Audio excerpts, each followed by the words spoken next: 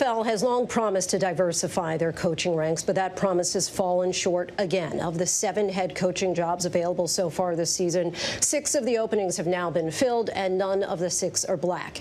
Despite the Rooney Rule, which mandates that teams must interview diverse candidates for open coaching positions, the number of African-American head coaches stands at 2 in a league where 70% of the players are black. Here to discuss with us now is Herm Edwards, who spent 8 years in the league as head coach of the New York Jets and the Kansas City Chiefs. He is now head football coach of the Arizona State Sun Devils. Thanks so much for joining us, Coach.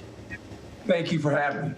So the 2020 National Football League Racial and Gender Report Card reports a D+ for racial hiring grade for NFL head coaches. When the Rooney Rule was implemented in 2003, you were one of just 2 black head coaches in the NFL. The number went up to as many as 8 minority head coaches, but now we're back to similar numbers from 2003. We're going backwards. What's the problem here?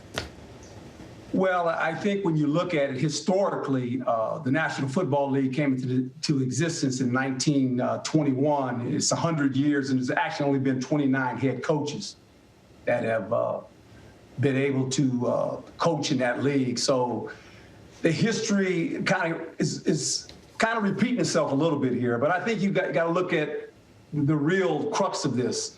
When you think about the hiring process in the National Football League, it comes from 3 entities, whether you be a defensive coordinator or offensive coordinator or a quarterback coach. So that's 96 spots that you can basically have in the National Football League that allows you somewhat of a leadership position.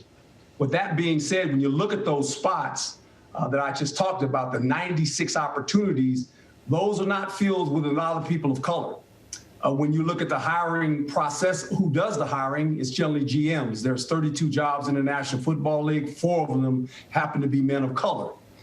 There is no ownership party that are men of color. So I think socially and your social connection to people has a lot to do with this and where you get your information from. And that seems to be the problem here.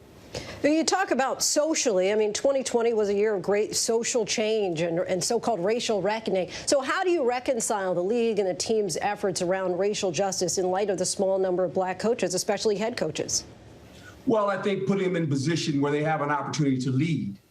When you think about the league right now, they've hired, 6 coaches. 5 of them have been offensive-minded guys. There's only been 1 that has not been an offensive guy, and he went to the New York Jets. He's a defensive coach. So I think right now the league is really trending toward offensive coaches. But it still goes back to the 96 positions in the National Football League, where you're in a position to lead men, whether it's on offense, defense, or the quarterback coach. Who sits in those chairs? I think that is very, very important. And until we get that solved, you're always going to have an issue about the hiring process.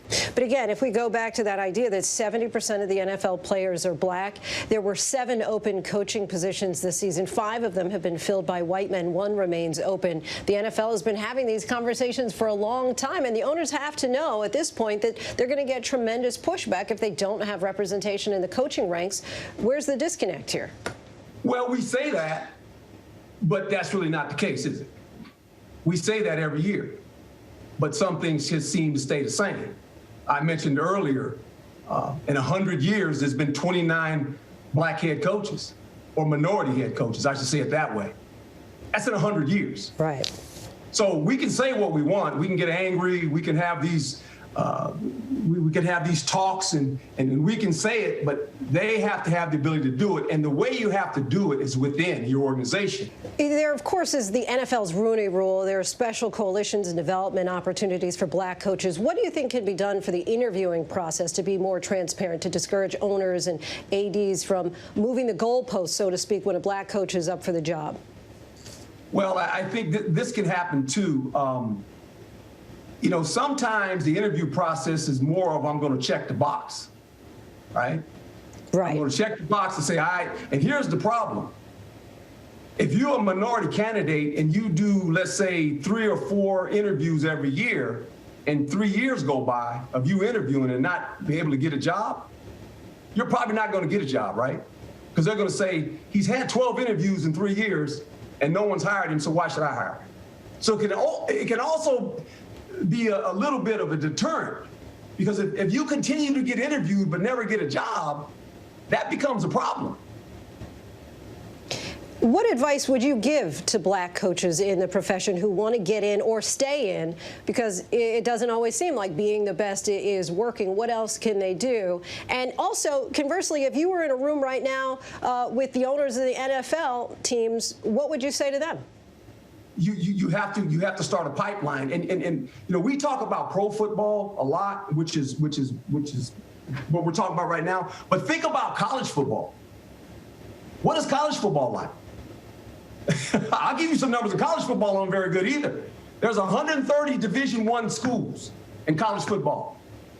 There's only 12 black head coaches out of 130 jobs. Right.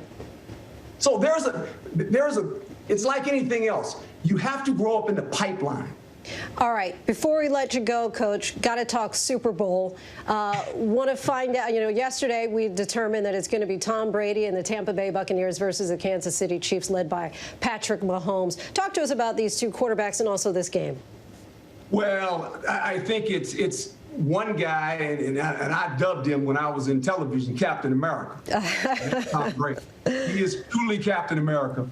And you have another young one that obviously he continues on this pace. He's going to break all the records. And we know Tom Brady is a first ballot Hall of Famer, rightly so. You have a young quarterback that is just tremendous. And they have a fantastic football team. He's been in the championship game, 3 years in a row now. He's going back to his second Super Bowl. So I think you have a little bit of the old school and the young one, right? And it's a wonderful matchup of one quarterback playing inside the pocket and making things happen, and you have another one that when he gets out of the pocket, that's when he's the most dangerous to you as a defensive guy. So it ought to be a fun Super Bowl to watch. Coach Herm Edwards, thanks so much for your time tonight. We appreciate it. Thank you. Hi, everyone. George Stephanopoulos here. Thanks for checking out the ABC News YouTube channel. If you'd like to get more videos, show highlights, and watch live event coverage, click on the right over here to subscribe to our channel. And don't forget to download the ABC News app for breaking news alerts. Thanks for watching.